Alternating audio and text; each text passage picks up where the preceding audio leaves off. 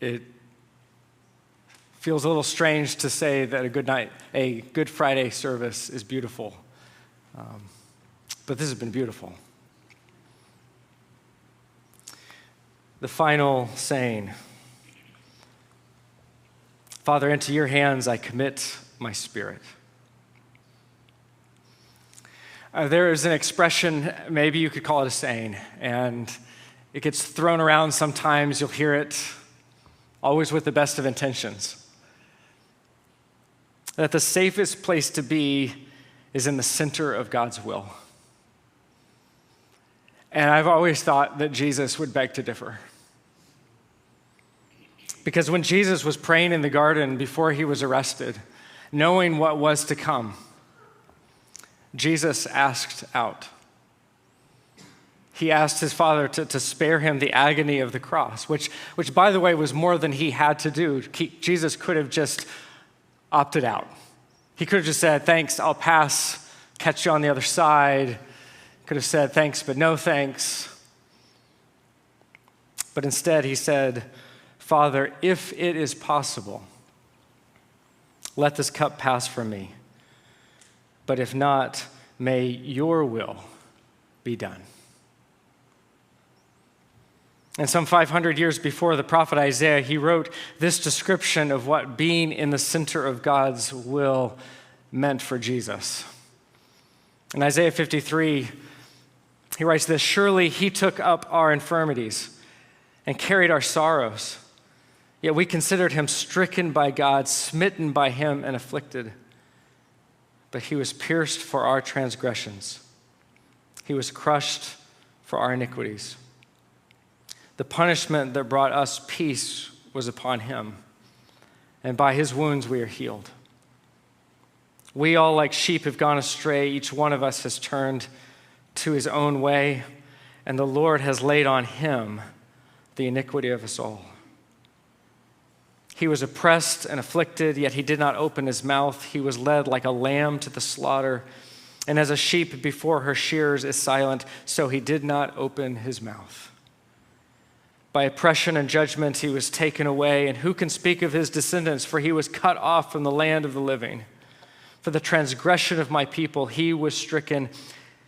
He was assigned a grave with the wicked and with the rich in his death, though he had done no violence, nor was any deceit in his mouth. Yet it was the Lord's will to crush him and cause him to suffer.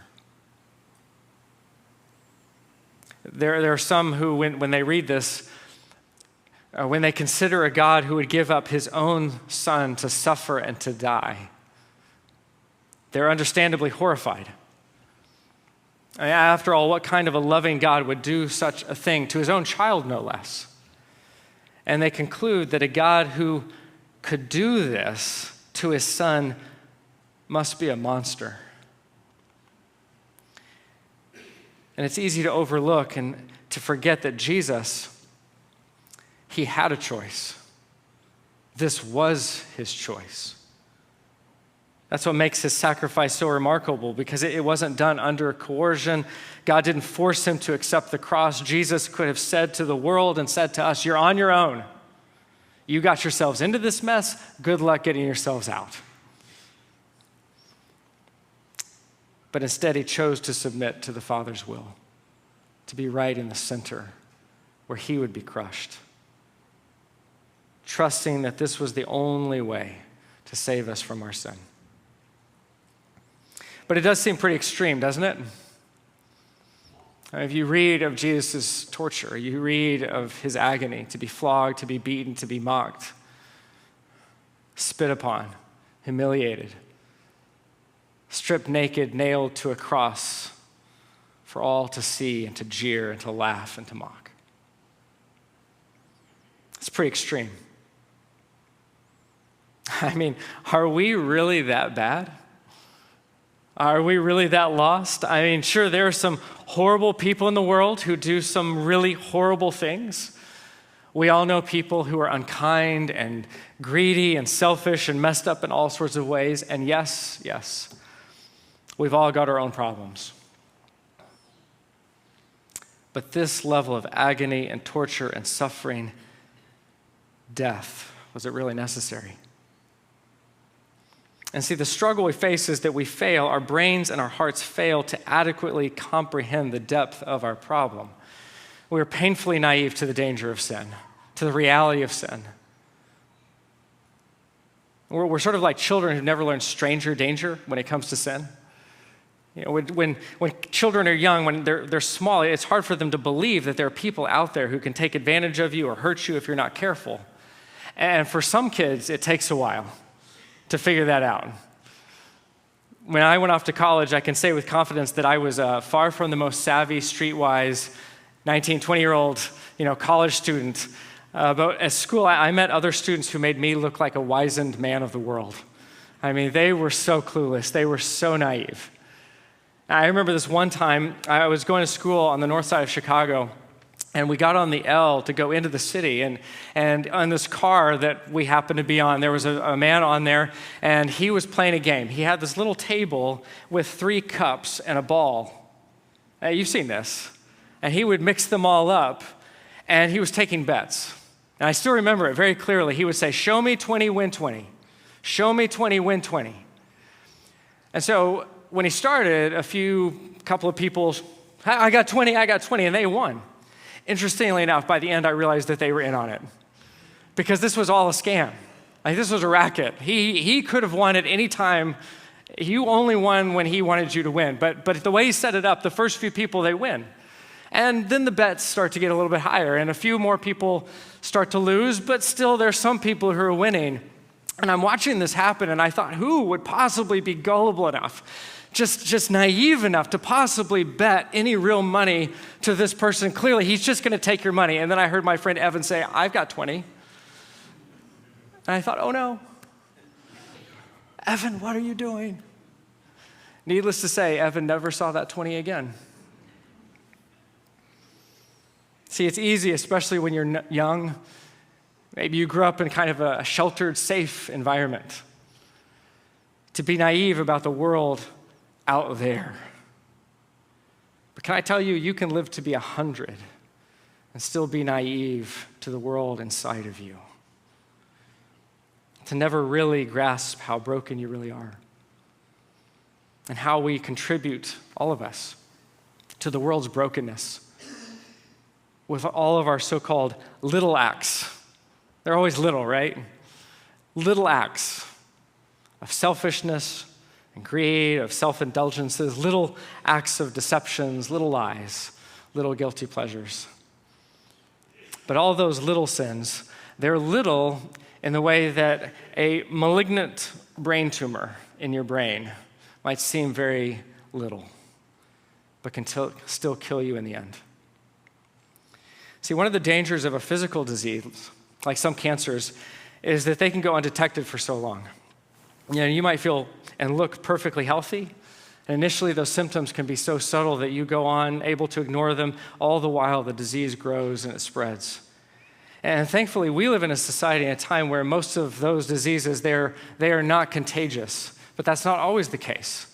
And COVID taught us that. There are some diseases that can be very, very serious. They could be affecting so much of you, and yet with very little symptoms, and yet you are spreading them. You are contaminating everyone that you are around. And see, that's what sin is like. Because those little sins that seem so benign, they spread, they grow, they multiply, they infect. And you know that's true because you've been on the other side. You've experienced other people's sin in your life. When someone took out their bad day on you, when someone took advantage of you, someone lied to you, and it seemed like just a little offense from their perspective, but you felt the weight. You felt the impact of their sin on you. So the reality is that we're all sin super spreaders. And when you know that you have a highly contagious terminal disease, there is no treatment that seems too extreme. There's no cure that you wouldn't be willing to risk. See, Jesus' death was the only possible cure. Jesus took all of our sin, all of our mistakes, all of our failures on himself and died in our place to heal our disease and to make us whole. Because can I tell you, the only people permitted into heaven is not the good people. It's the people who've received the cure. It's the people who've been healed. As Isaiah wrote, by his wounds we are healed. There is no other cure because no one else other than Jesus could have carried our disease for us. Only God himself could be the cure that we needed.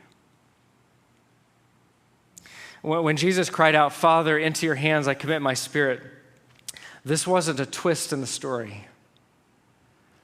It was perfectly consistent with Jesus' earlier prayer, Father, your will be done. From the moment that Jesus made that choice, this is the only way that it could end. Father, into your hands I commit my spirit. And it's interesting, Jesus, for all of his originality, and there was never another teacher like Jesus. People who heard Jesus, they were amazed and astonished at his teaching. They'd never heard anything like it. But for all of his originality, Jesus' final words, they were not original. He was drawing from something that King David, his great-great-great-great-great-great-grandfather way back, had written long before. In Psalm 31, King David writes this, In you, O Lord, I have taken refuge. Let me never be put to shame. Deliver me in your righteousness. Turn your ear to me. Come quickly to my rescue. Be my rock of refuge, a strong fortress to save me. Since you are my rock and my fortress, for the sake of your name, lead and guide me. Free me from the trap that is set for me, for you are my refuge. And here it is. Into your hands I commit my spirit. Redeem me, O Lord, the God of truth. See, when David wrote this psalm, he assumed that God could and would deliver him. And so he could say with confidence, into your hands I commit my spirit, because he believed, he assumed that being in God's hands was the safest place to be. But Jesus didn't surrender to God's will because he thought it was the safest place to be. For him, there was nothing safe about being in his Father's hands, at the center of his will. He was already nailed to a cross. He was already dying. And he knew that his Father was not coming to rescue him. See, Jesus didn't surrender to his Father's will because it was the safest place to be. He did it because it was the only way to save us from the disease of sin and death, to heal our souls, to heal our hearts, and to make us whole. See, there is really nothing all that safe about being in God's will. To paraphrase C.S. Lewis, he writes in one of his books, God is not safe, but he is good. So if you're looking for safe, can I just tell you, don't give your life to Jesus. But if you're looking for life, if you're looking for hope, if you're looking for meaning, if you're looking for forgiveness and healing, there is no other option. There is no other cure. It's only him. Jesus surrendered his will to the Father, and he surrendered his will for you. There is no other reasonable response than to surrender and to give your life to him. And so together we say, we surrender, O Lord, our lives into your hands.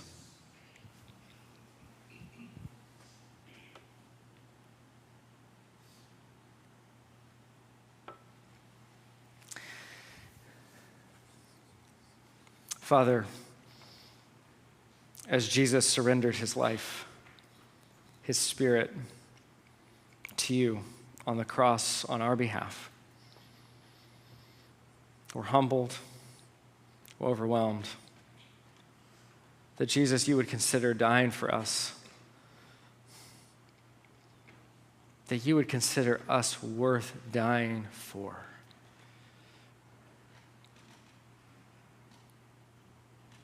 And so in response, we surrender our lives. We give our lives to receive from you the life that only you can give, the healing that our souls need from the disease of sin and the threat of death, and instead to have hope in you. It's in your name that we pray and we trust. Amen.